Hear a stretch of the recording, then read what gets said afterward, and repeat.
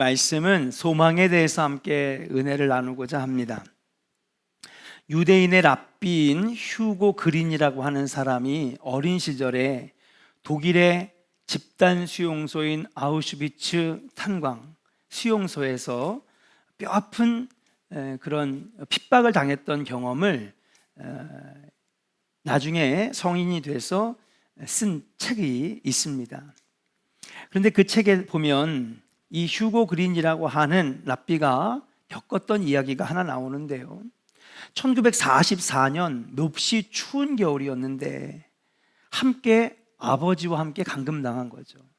당연히 아시겠지만 유대인들이니까 가족별로 다, 그러니까 한 사람만 데려가는 게 아니라 그 집안이 다, 유대인들은 누구끼리만 결혼해요? 유대인들끼리만 결혼해요. 왜냐하면 이방 여인을 취하지 말라고 하는 율법을 지금도 따르고 있기 때문에 유대인들은 유대인들끼리만 결혼합니다. 그러니까는 한 가족이 발각되면 그냥 다 수용소로 끌고 가는 거죠. 아버지와 함께 몇몇 사람들과 함께 수용소 건물 한 구석에서 모이게 됩니다. 그 어린 이 휴고 그린은 뭔지도 모르고 아버지를 따라간 거죠. 근데 그날이 이 유대인들의 신앙 명절인 하누카라고 하는 날이었습니다. 이 하누카는 기원전 160년경에 시리아의 억압 속에서 이들이 해방을 이뤄낸 날이거든요. 그러니까 우리나라로 치면은 무슨 날? 8월 15일 광복절인 거예요. 하누카가. 광복절입니다. 그런데 이것이 그 어떤 누구의 탁월함 때문에 해방된 것이 아니라 이들은 이것을 하나님의 은혜라고 여기는 거예요. 하나님이 해방시키셨다. 하나님이 우리를 자유케 하셨다. 그러면서 민족의 명절인 동시에 신앙의 명절로 삼았습니다. 그러면서 그 모여진 사람들끼리 그날을 기념하는 거죠. 저 구석에 간수들에게 들키지 않으려고. 아버지는 진흙 주발을 내놓으시더니 수용소에서 좀처럼 구하기 힘든 버터를 탁 주머니에서 꺼내더라는 거예요. 그런 다음에 이 진흙 주발에다가 이 버터를 녹여가지고 심지를 막 적시는 겁니다. 손으로 막, 따로 열기가 없으니까 이 버터를 손으로 막, 손에 있는 열기로 막, 그래가지고 심지에다가 이 버터에 이 기름을 막 묻히는 거예요. 그리고 불을 킨 다음에 이들이 늘 전통적으로 해왔던 하누카의 의식을, 초를 켜고 그 수용소 구석에서 빛이 새어나갈까봐 사람들이 몸을 덮어가지고 거기서 하나님 앞에 기도하는 거죠. 감사 기도를 아마 드렸을 겁니다. 그러니까 이 어린 휴고 그린이 이해가 안 되는 거예요. 왜냐하면 너무 배고프거든요, 수용소 생활이. 너무 괴롭고 춥고 배고픈데 보니까 옛날에 한번 봤던 버터가 주머니에서 나오는데 이걸 빵 발라 먹거나 또 이게 기름기니까 여러분 추운 날 기름이 몸에 들어가면 얼마나 따뜻하겠습니까? 그러니까 이 휴고 그린 어린아이가 아버지한테, 이들은 지금 막 감사 기도를 드리려고 하고 의식을 막 하려고 하는데 아빠한테 막 따지듯이, 아버지, 아니 왜 이걸 먹어야지, 이걸 왜 손으로 녹여가지고 심지에다가 이걸 묻혀가지고 여기다가 왜 이거 불을 붙이냐고 막 어린아이가 막 따진 거예요, 아버지한테. 그러니까 아버지가 가만히 아들을 보더니 이렇게 얘기를 합니다. 아들아, 사람은 밥을 먹지 않아도 3주간은 살 수가 있어. 그렇지만 소망이 없으면 사람은 한순간도 살 수가 없단다. 소망이 없으면 한순간도 살 수 없어. 우리가 하나님 앞에 예배하고 기도하는 것은 하나님이 우리의 소망이 되기 때문에, 이 버터는 안 먹어도 되지만 하나님이 없으면 우리는 절대 살 수 없단다. 다 그렇게 얘기를 하는 거예요. 그리고 그 다음날 아버지는 수용소에 이름 모를, 다 아시죠 여러분? 사람을 태워가지고 거기서 나오는 기름으로 비누를 만들고, 그죠? 죄를 갖다가 던져버리고, 아버지가 죽기 전날 밤 아들에게 보였던 모습이 이 아들에겐 크게 남았던, 천신만고 끝에 살아남은 이 아들은 그래서 하나님 말씀을 가르치는 랍비가 되었다는 것입니다. 심리학자 에리스는 인간을 호모 에스페란스라고 그렇게 지칭을 했어요. 우리가 뭐 다 아시죠? 호모 사피엔스다, 그죠? 뭐 인간은 사회적 동물이다, 인간은 이성적인 동물이다. 나름대로 철학자들이, 학자들이 인간에 대해서 정리를 했는데, 이 심리학자 에리스는 인간을 어떻게 정의했느냐? 인간은 호모 에스페란스. 이게 뭐냐?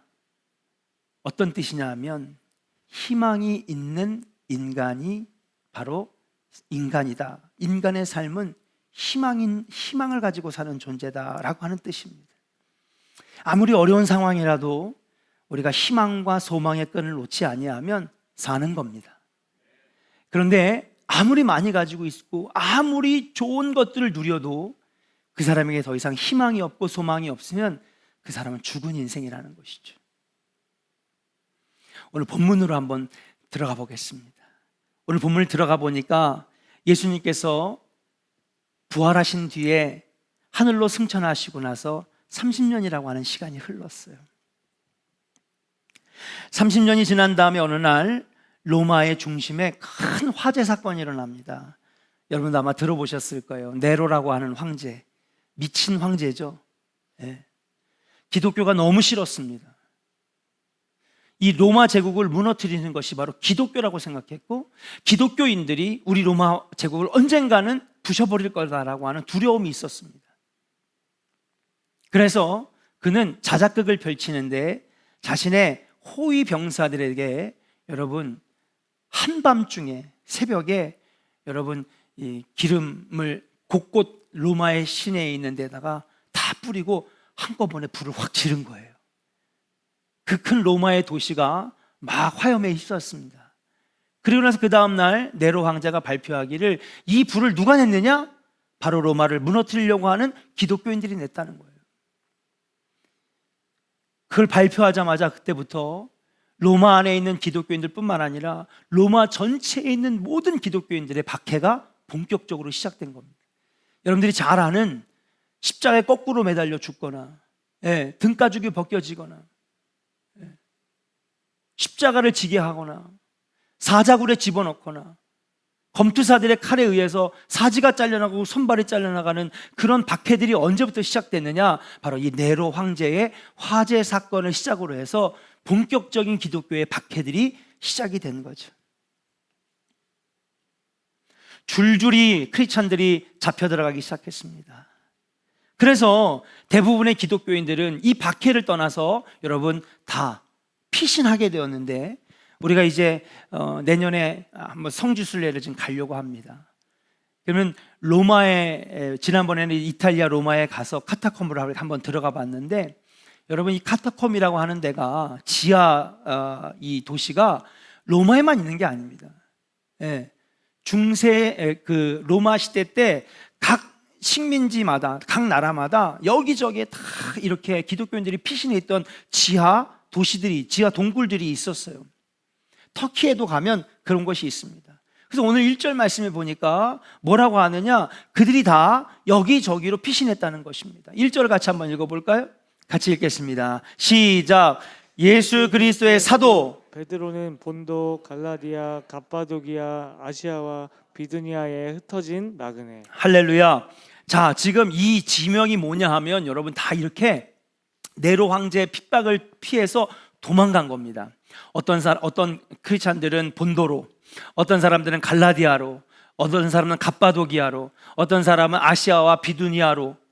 이뿐만이 아니죠. 이렇게 지하 도시가, 그러니까 이 카타콤이라고 하는 데가 수백 개가 있었습니다. 그 중에서도 여러분 이 갑바도기아라고 하는 데가, 여러분 그 터키의 성지순례에 가면 여기를 꼭 들어가게 되는데, 여러분 끝이 어딘지를 알 수가 없어요.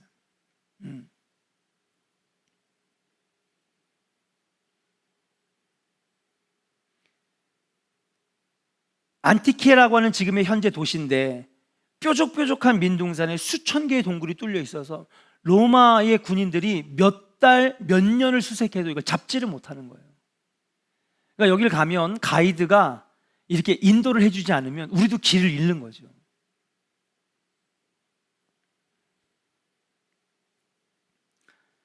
지하 30피트까지 모래 암벽을 파내려가 굴 속으로 로마군이 쳐들어올 경우를 대비해서 한꺼번에 들어올 수 없도록 한 사람씩만 겨우 통과할 수 있게, 그래 시간을 보는 거죠. 로마군이 찾아 들어와도 도망갈 수 있는, 그 로마 군사들이 들어와도 한 명씩 한 명씩 통과를 하니까 알 수가 없는 거예요. 그렇게 공동생활을 시작하고 배고픔을 참고, 그래서 그 속에서 아이를 낳는데 아예 실명이 돼서 나오는 아이들, 예. 대부분의 평균 키가 1m 약간 넘는 작은 키로 살아야 됐고, 그렇게 몇 년을 살았느냐? 300년을 넘게 살았습니다. 얼마나 힘들었겠습니까? 그런 자들에게 지금 베드로가 편지를 쓰고 있는 거예요. 예? 핍박과 박해를 피해 도망가 있는 사람들에게 지금 베드로가 편지를 쓰고 있는 거예요. 다른 것들을 다 포기하고 예수 믿는 신앙 하나만 가지고 목숨만 간신히 부지하고 살았던 그들에게, 야, 이제는 우리가 밖에를 못 나가는 거 아닌가? 언제 잡힐지 모르고 언제 죽을지 모르고 언제 어떤 일이 벌어질지 모르는 두려움 속에 사는 그들에게 베드로가 지금 편지를 쓰고 있는 거예요. 그 편지가 뭐냐? 바로 3절의 말씀인 줄로 믿습니다. 같이 한번 읽어볼까요? 3절입니다. 시작. 우리 주 예수 그리스도의 아버지 하나님을 찬송하리로다. 그의 많으신 긍휼대로 예수 그리스도를 죽은 자 가운데서 부활하게 하심으로 말미암아 우리를 거듭나게 하사 산 소망이 있게 하시며, 할렐루야. 예, 각종 질병으로 죽어가고 어느 카타콤은 그런 안전장치가 충분히 마련되어 있지 않아서 그냥 수백 명의 이 기독교인들이 한꺼번에 끌려가서 순교를 당하기도 하고, 로마로 압송되기 전에 거기서 그냥 화형을 당하기도 하고, 당연히 춥고 습한 데 있으니 뭐가 많이 걸리겠습니까? 질병도 많이 걸리죠. 태어나는 아이들마다 거의 죽은 사체로 태어나는 경우도 많았고요. 아마 수많은 사람들이 신앙을 포기하고 싶었을 겁니다. 그때 베드로가 편지를 쓴 거예요. 너희들에게는 산 소망이 있지 않느냐?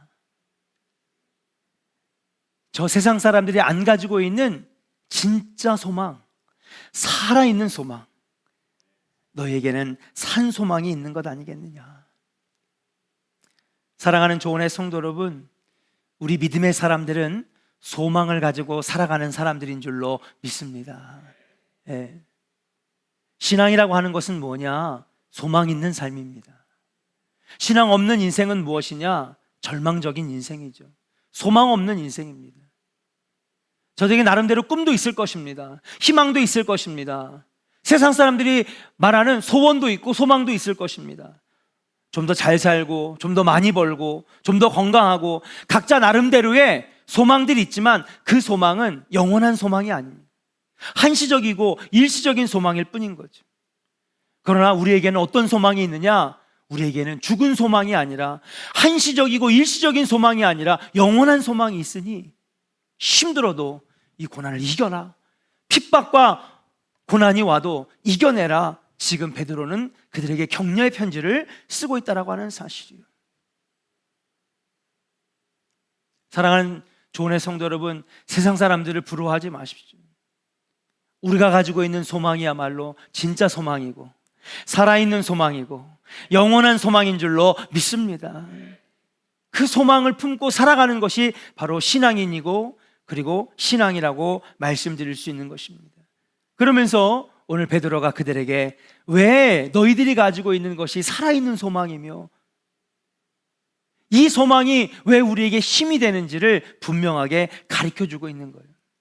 오늘 그 말씀을 함께 나누면서 여러분, 그 말씀을 여러분 가슴에 품고 영원한 소망으로 매 순간순간마다 신앙생활이 흔들리고 어려워도 이겨내고 견뎌내고 나아가는 우리 조은의 성도들 되시기를 주님의 이름으로 간절히 축복합니다.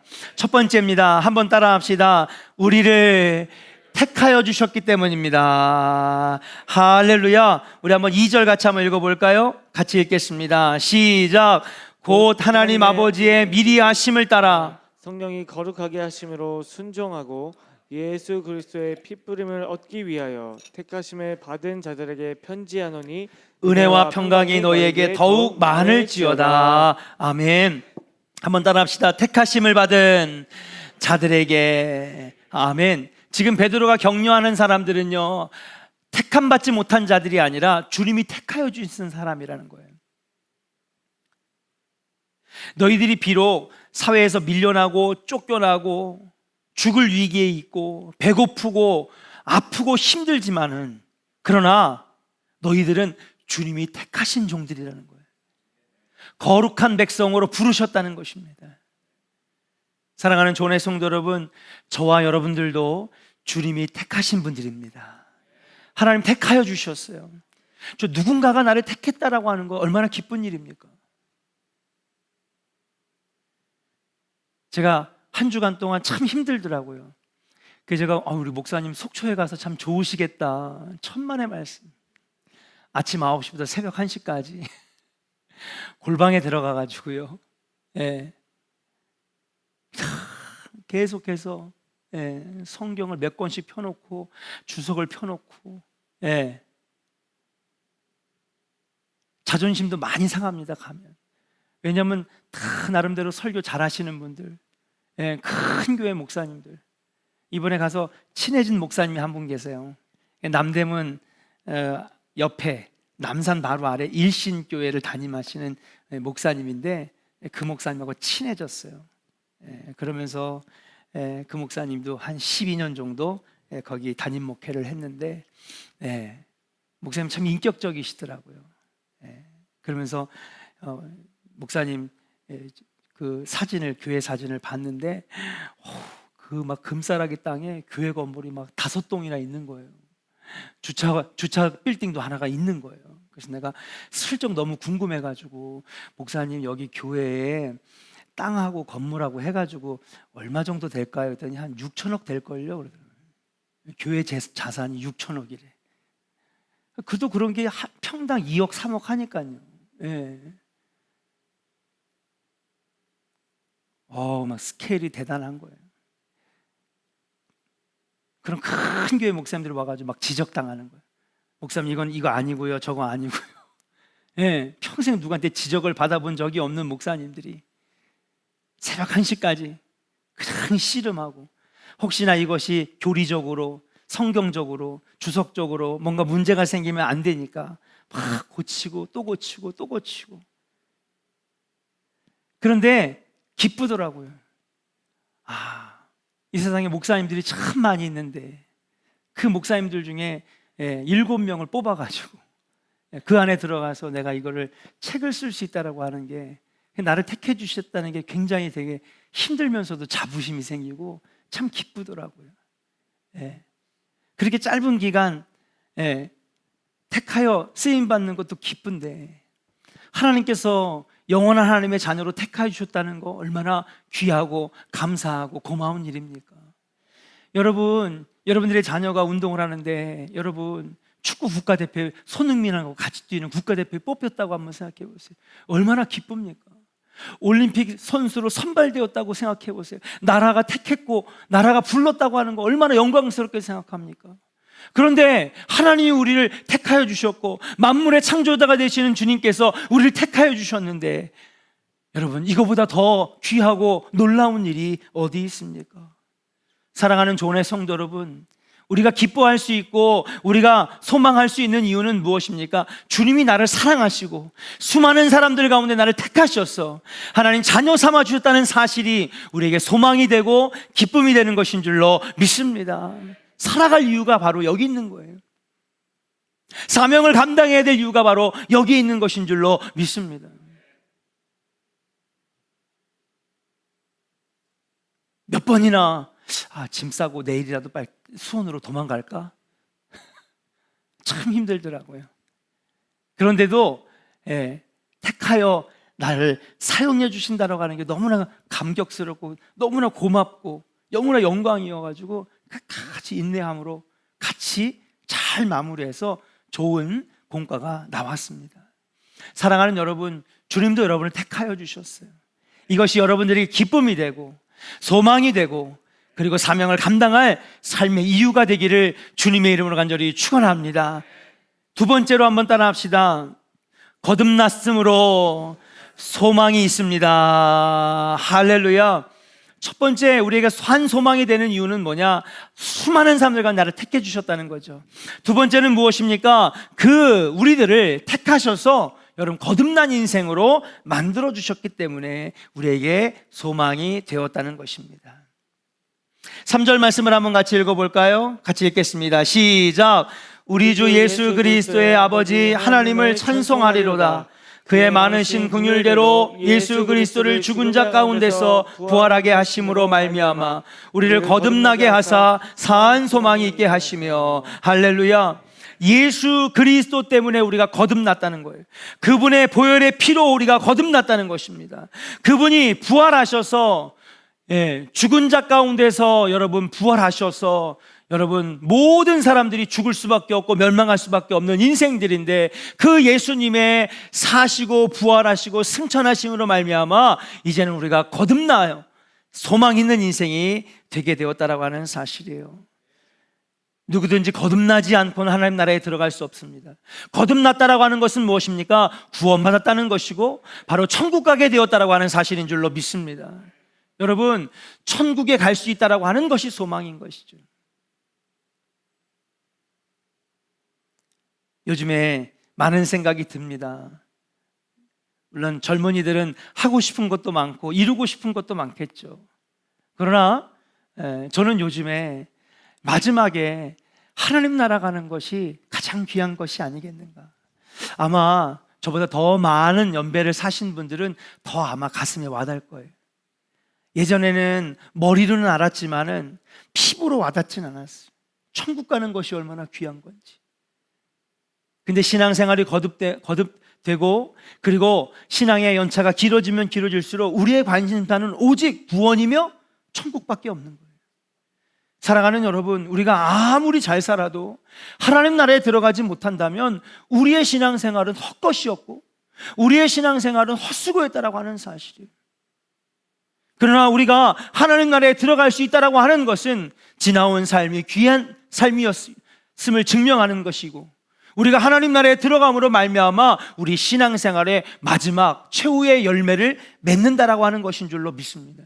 이 모든 것들이 바로 예수 그리스도의 보혈의 능력으로 예수님의 죽으시고 사신 부활로 우리가 거듭나게 되었다라고 하는 사실, 구원받게 되었다라고 하는 사실, 그래서 천국 갈 수 있게 되었다라고 하는 사실, 그것이 바로 우리에게 소망이 된다라고 하는 사실이에요. 여러분들은 구원 없는 자들이 아니라 구원 받은 백성들인 줄로 믿습니다. 여러분 소망 있게 사시기를 주의 이름으로 간절히 축원합니다. 세 번째입니다. 한번 따라합시다. 너희를 위하여 하늘에 간직하신 기업이 있기 때문입니다. 할렐루야. 너희를 위하여 하늘에 간직하신 기업이 있기 때문에 소망이 된다라고 하는 것입니다. 우리 같이 한번 4절을 읽어볼까요? 같이 읽겠습니다. 시작. 썩지 않고 더럽지 않고 쇠하지 아니하는 유업을 있게 하시나니 곧 너희를 위하여 하늘에 간직하신 것이라. 아멘. 하늘나라에 기업이 있다는 것입니다. 요즘 자주 듣는 말, 여러분 뭐 기업이다, 사업체다.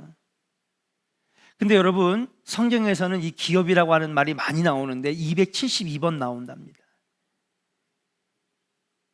이 성경에서 말하는 기업은 뭐냐? 여러분 다른 요즘 쓰는 기업들은 무슨 회사나 공장을 우리가 기업이라고 얘기하지만 여기서 말하는 기업은, 성경에서 말하는 기업은 가문이나 가정이나 가족을 말하는 것입니다. 하나의 가정인 것이죠. 뿐만 아니라 예전에는 온 가족이 가업을 이어왔잖아요. 지금은 아버지의 직업이 다르고 엄마의 직업이 다르고 자식의 직업이 달라요. 그러나 옛날 분들은 어땠어요? 할아버지가 하던 일을 아버지가 하고, 아버지가 하던 일을 아들이 하고, 3대째 5대째 하는 그런 이 가정이 하나의 기업을 이루고 있기 때문에 성경에서 말하는 기업이라고 하는 것은 가족이고 가정이고 또 함께 오랫동안 전통적으로 내려왔던 일거리들을 함께 다 같이 포함해서 말하는 것입니다. 그런데 지금 로마의 박해가 시작되면서 이들이 하루아침에 기업을 잃어버린 거예요. 집을 잃어버렸습니다. 그죠? 가족을 잃어버렸습니다. 예. 엄마는 순교당하고 아버지는 끌려가고 자기 혼자 친척 손에 끌려가지고 가정이 찢어지고 깨진 거예요. 하던 생업들도 다 뺏겨서 잃어버리고, 여러분 고린도 교회를 함께 세웠던 사도 바울의 든든한 동역자 브리스길라와 아굴라, 여러분 이 네로의 핍박 때문에 여러분 도망 온 것이거든요, 고린도로. 근데 원래 로마에서도 하는 일이 뭐였어요? 천막 만드는 일이었는데 기업을 뺏긴 거예요. 집도 뺏겼습니다. 그냥 몸만 와가지고 기술만 가지고 고린도에 왔는데 와보니까 천막을 만들고 있는 사도 바울을 만나서 같이 천막을 만들다가 여러분 바울이 회복함으로 고린도 교회가 세워졌던 거 아니겠습니까? 하루아침에 기업이 무너진 거예요. 가정이 무너졌습니다. 가족들이 뿔뿔이 흩어졌습니다.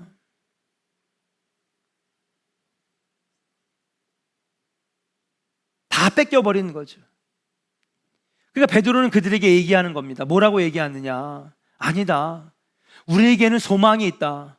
왜냐? 첫 번째는 하나님이 수많은 사람 가운데 우리를 택하여 주셨다는 것. 우리에게 소망이 있다. 왜? 다른 사람들은 다 죽어 멸망하여 영원한 지옥, 형벌에 들어가지만 우리는 거듭나 구원받아 하나님 나라에 들어가기 때문에 우리는 소망이 있는 거다. 이겨내라. 그리고 오늘 세 번째로 뭐 하는 거냐? 너희들이 기업을 뺏겼지, 가정을 뺏겼지, 생업을 뺏겼지. 그러나 우리의 진짜 기업은 어디 있다는 거예요? 하나님 나라에 있다는 거예요. 너희가 다 뺏겼어도 우리가 영원히 누릴 기업은 저 하늘나라에 있으니 걱정하지 말아라. 지금 그들의 산업이 무너지고 빼앗김을 당했습니다. 산업을 빼앗길 때, 생업을 빼앗길 때에 어떻게 기뻐할 수 있겠습니까? 그러나 베드로는 그럼에도 불구하고 우리가 기뻐할 수 있는 이유는 뭐냐? 바로 이 땅에 우리가 누렸던 기업, 우리가 누렸던 생업들은 일시적이고 잘 될 수도 있고 접을 수도 있고. 오늘 오래간만에 이 CGV에 있는 건물에 가가지고 여러분 점심 식사를 했는데 저 건물이 철거된다고 하더라고요. 왜 그러냐 물어봤더니 저기 스타6가 들어와가지고 또 드마리수도 없어지고 코로나 때문에 CGV도 많은 사람들이 영화를 안 보러 오니까 상권이 다 죽어가지고 그래서 지금 굉장히 첨예하게 대립하나 봐요. 왜냐하면 이미 들어와야 입점해 있던 사람들이 있잖아요. 헤어샵도 있고 음식점도 있고. 그런데 이대로는 이 건물이 유지가 되지 않으니 이거를 철거하고 새로운 사업을 해야 된다. 또 원래 사업을 갖고 있는 사람들하고 지금 그 조정 중인 것 같아요. 우리가 여러분 가지고 있는 생업이라고 하는 것은 한시적이고 일시적인 겁니다. 예전에도 한번 여러분들에게 말씀드렸지만 한 사람이 평생 동안 평균적으로 직업을 바꾸는 횟수가 7번이라는 거예요. 똑같은 일을 7번 하는 게 아니라 완전히 다른 업종의 일들을 평균적으로 7번 한다는 거예요. 그래서 유치원 교사 하다가 보험 했다가 그 다음에 선생님 했다가 그 다음에 또 음식점도 했다가 치킨집도 했다가 여러 가지 이렇게 생업이 한 사람당 평균적으로 7번 바뀐다는 거예요. 바리스타 했다가 피부관리사 했다가 물리치료사 했다가. 그러니까 이 땅에서의 우리의 기업은 일시적이고 한시적인 거예요. 언제든지 바뀔 수 있는 거예요. 시대가 흐르고 트렌드가 바뀌고